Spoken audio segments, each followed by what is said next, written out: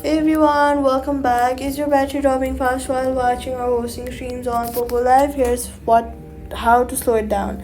First, go to settings, then go to display and brightness and lower your screen's brightness since your screen on for live video is one of the biggest battery drains during use.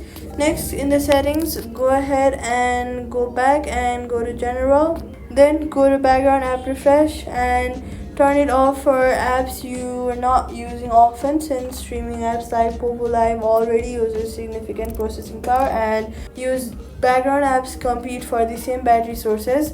Close every other app in your recent app list before a longer stream session. On Android especially, check your battery optimization in settings and make sure Poppo Live isn't being aggressively restricted in the background since it's a confirmed cause of reliability and streaming issues in some phones.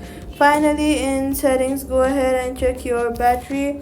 Go to battery health and charging and see if your battery capacity has degraded since older batteries drain faster under sustained video load. So all you've got to do is lower brightness, turn off background app refresh, close background apps, check battery health, Poppo Live drains, and that's it. Subscribe.